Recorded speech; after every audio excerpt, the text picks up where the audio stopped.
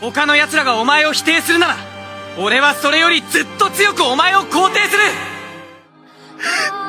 ずっとそばにいたかった。俺の方がずっとお前たちのことが好きなんだよ。なのに일본 만화 너무 재밌는데 가끔 보면 너무 과몰입 아니야? 라는 생각이 들기도 하는데요. 이러한 일본 만화 특유의 감정 과잉, 이른바 오글거리는 대사와 연출은 일본 미디어 컨텐츠에 대한 호불호로 직결되는 경우가 많습니다.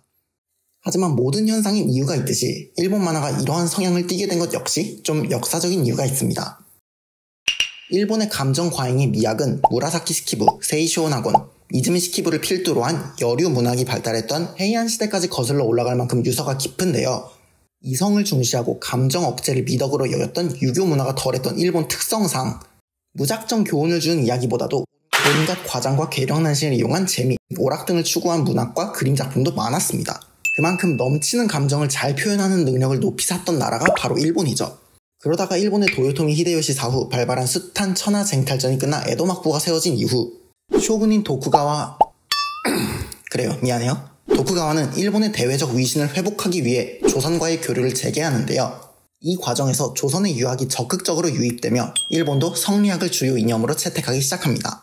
효와 충, 의와 예를 강조하며 감정보단 규범과 질서를 중시했던 성리학이 당시 안정된 무사사회가 추구하는 이데올로기에 딱 부합하는 형태였기 때문입니다. 하지만 조선과는 조금 달랐어요.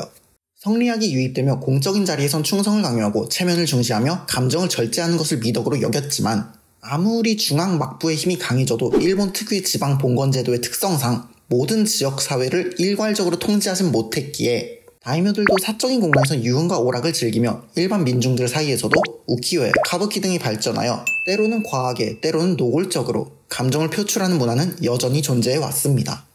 하지만 이로 인해 일본인들에겐 공적인 감정 억제와 사적인 감정 표출이 나뉘게 되었으며 더구나 섬길 주인을 잃은 낭인이 되어 민간사회에 스며든 칼잡이들을 경계하기 위해 예로부터 형성됐던 오세지, 다테마의 문화가 겹쳐 거칠애와 본심을 포함해 감정이 다른 두 얼굴을 갖추게 되는 특유의 사회 분위기가 더욱 강해집니다.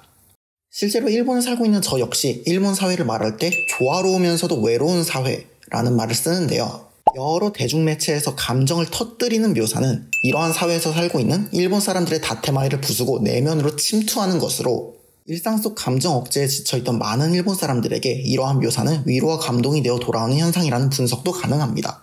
이게 우스갯소리가 아닌 게요. 옛날에 그 연애 게임 중에서 러브 플러스라는 게임이 있었는데 이 게임에서 SOS 모드라는 걸 사용하면 실제로 자신이 선택한 캐릭터가 따뜻한 위로의 말을 건네주는 그런 모드가 있었어요. 뭐야 그게 낯간지럽게 라는 생각이 들 법도 한데 실제로 이 게임은 엄청난 흥행 성적을 거뒀고 미소녀 게임계에 한 획을 그었다는 호평과 함께 큰 인기를 끌었습니다. 이 게임의 흥행한 이유 역시 일본 사람들이 가상과 현실도 구분 못하는 바보라서가 아니라 현실이 힘들어도 의지할 사람 하나 없고 민폐가 될까봐 섣불리 누군가에게 진심 어린 심정을 토로하기도 어려운 그런 문화가 만연해 있던 일본 사회의 젊은이들에 대한 작은 위로가 되었기 때문일 겁니다. 그래 여류 문학이 어쨌고 성리학의 정도가 어쨌고 했다는 거 알겠어. 근데 울고 화내는 거 말고도 그냥 대사 자체가 오글거리던데? 맞아요. 떠오르는 거 좀 여러 가지 있죠. 뭔가 좀 장황하고 현학적인 대사들. 이건 아무래도 그 만화가 가진 특징 때문이기도 한데 예를 들어서 싸우는 장면이 나왔을 경우 사실 대사를 게 크게 필요가 없어요. 그냥 서로 남 탓하면서 욕하다가 바로 패는 장면으로 들어가면 돼요. 근데 이 스피디함이 만화적으로 봤을 때는 재미가 좀 없어요. 긴장감 있는 상황에선 딱 분위기 잡고 내가 왜 지금 이런 감정인지 지금까지 무엇을 느껴왔는지 왜 네가 잘못됐는지 그거 보고 난 뭘 느꼈는지 이러면서 그 캐릭터의 내면을 드러내며 캐릭터성을 만들어내죠. 또 이게 옛날 일본 무사들의 나놀이 문화와도 묘하게 연결되는 감이 있기 때문에 또 옛날에 그런 게 자신에 대한 증명, 도발 겸 트래시 토크, 네가 뭔데 날 판단해 같은 가문의 명예를 건 신경전의 요소도 있었다고 해요. 그런 문화의 잔재로서 일본 만화에도 이런 뭔가 허세스럽고 장황하고 현학적인 대사가 많이 등장해온 것 같기도 합니다.